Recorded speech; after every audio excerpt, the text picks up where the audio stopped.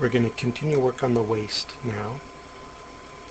So what I'm doing here is just starting to create the geometry that we'll use to have as the transition from the shirt to the pants.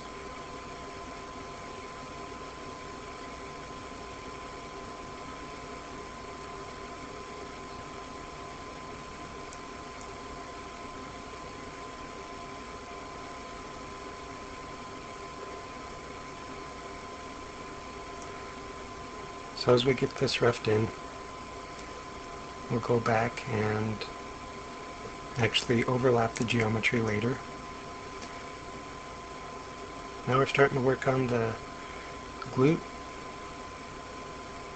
and here you can see I've started to make the back, but the torso needs to be refined a bit. The back here needs to be brought in, and the abdomen still needs to be thickened. So we just start out by selecting all these points and removing those that we don't want from the arm.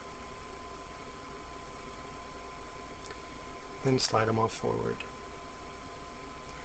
And I went in and briefly, I just edited these shapes to make them a little bit more natural looking. Now we're going down and we're going to start working on the hip joint, and we'll separate out the legs.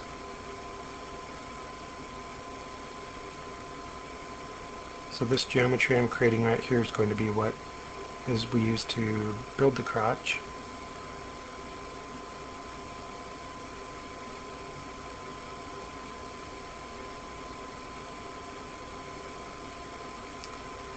Then I'm not sure if I've shown you throughout the tutorials that I've made, but these edges that are along on the inside, we'll just go back in and delete those.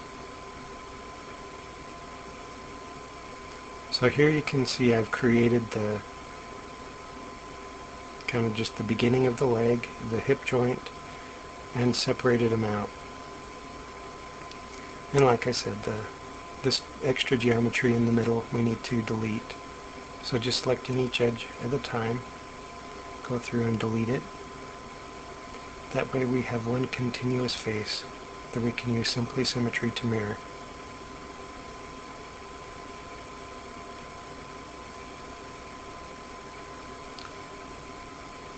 Now because this character is wearing pants, I'm not modeling the crotch as tight as I normally would if he weren't.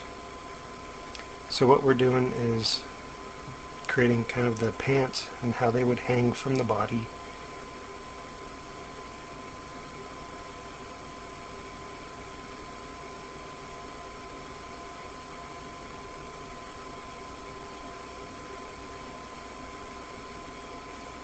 So here I just quickly mirrored it to just get a feel of how the character's looking.